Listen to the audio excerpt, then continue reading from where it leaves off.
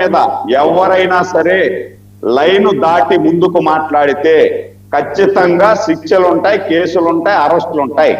ఇది కూటమి ప్రభుత్వం, ఇది ప్రజా ప్రభుత్వం, ప్రజల కోసమే పనిచేస్తుంది.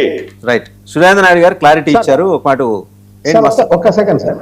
సురేంద్ర నాయుడు గారు ఇప్పుడు జగన్ గారిని వ్యక్తిత్వ హననం చేయొద్దని చెప్పేసి అంటున్నారు కదా సురేంద్ర నాయుడు గారు. మరి మీ మంత్రులు కూడా ఆయన్ని సైకో అని మందులు వాడుతున్నారా అని అంటున్నారు. అది వ్యక్తిత్వ హననం కాదా? వాళ్ళ మీద ఏం కేసులు పెట్టారు మీరు? అవి నిజాలు. మీరు జగన్మోహన్ రెడ్డి పాలసీస్ అనకపోతే జగన్మోహన్ రెడ్డి విమర్శించండి.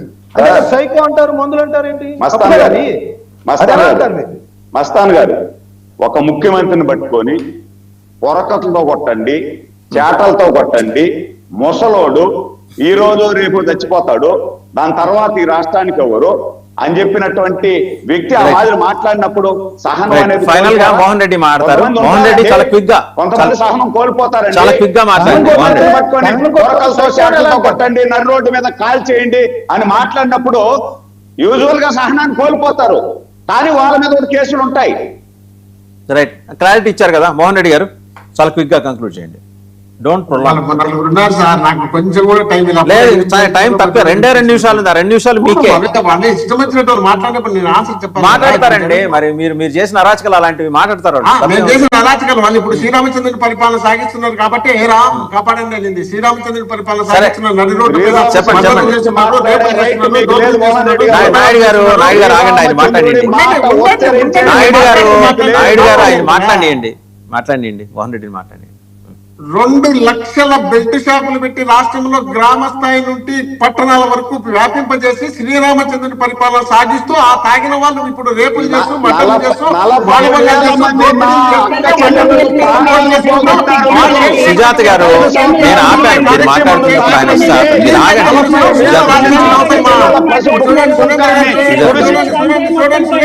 చూడండి ఇప్పుడు ఆ లాండ్ ఆర్డర్ బలిందులు మంచి చేతమ్మా బ్రహ్మాండంగా ఉంది. మీ నాయకుడు చెప్పినాడు కదా, చేతల్లో చెప్పులు పట్టుకొని సిగ్గు లాండ్ ఆర్డర్ గురించి మాట్లాడాలని రాష్ట్రంలో మిమ్మల్ని చూసే పాట రాష్ట్రంలో మిమ్మల్ని చూసే సర్వనాశమైంది రాష్ట్రం. మిమ్మల్ని చూసి రాష్ట్రంలో ఉన్నటువంటి యువతంతా చనిపోయారు. మిమ్మల్ని చూసి రాష్ట్రం అంతా పాట చేసి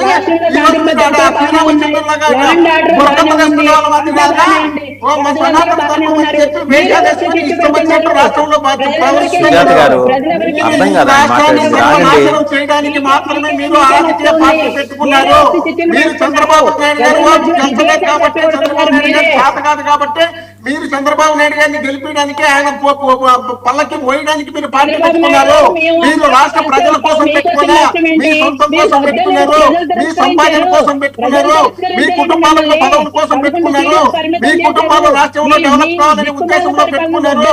మీరు వాళ్ళు అందరూ కలిసి 29 గ్రామాలకు సంబంధించి రాష్ట్ర ఖజానంతా తీసుకుపోయి మీరు పెట్టుకున్నటువంటి 25,000 ఎకరాల భూమిని డెవలప్ చేసుకోవడం కోసం మీరు అక్కడ రాజధాని పెట్టుకొని మీరు నాటకాలు ఆడుతున్నారు. రాజధాని మీద జగన్మోహన్ రెడ్డి గారు మాట్లాడితే మీరు ఇష్టం వచ్చినట్టు ప్రవర్తిస్తున్నారు. ఈ ప్రవర్తన జనానికి నచ్చలేదు కాబట్టి జగన్మోహన్ రెడ్డి గారు మీరు చేస్తున్నటువంటి అరాచకాలను ఎప్పటికప్పుడు క్వశ్చన్ చేస్తున్నారు కాబట్టి మీరు జగన్మోహన్ రెడ్డి గారిని టార్గెట్ పెట్టుకొని ఆయన ఇష్టం వచ్చినట్టు సైకో అంటారు. ఆయనకు మాత్రలు కావాలంటే మీ నాయకుడికి మాత్రలు 3 రోజులకు ఒకసారి, 3 రోజులకు ఒకసారి క్యాబినెట్ లో కూర్చొని మోహన్ రెడ్డి గారు, సుజాత గారు, సురేంద్ర నాయుడు గారు, నాగార్జున గారు, జగన్మోహన్ రెడ్డి గారు నిన్న ఒక 5 అంశాలని ప్రస్తావన చేశారు. హే రామ్ అన్నారు.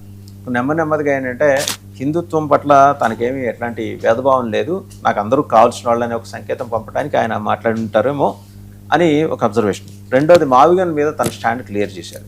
మీరు ఎట్టైనా పోండి, మీరు అమరావతి పోండి, ఇంకా ఏమైనా పోండి, నా స్టాండ్ అయితే ఇది. నా ఎంబడి వచ్చేవాళ్ళు నా ఎంబడి ఉంటారు, మీ ఎంబడి వచ్చేవాళ్ళు మీ ఎంబడి ఉంటారు, ఓట్లు వేస్తారని.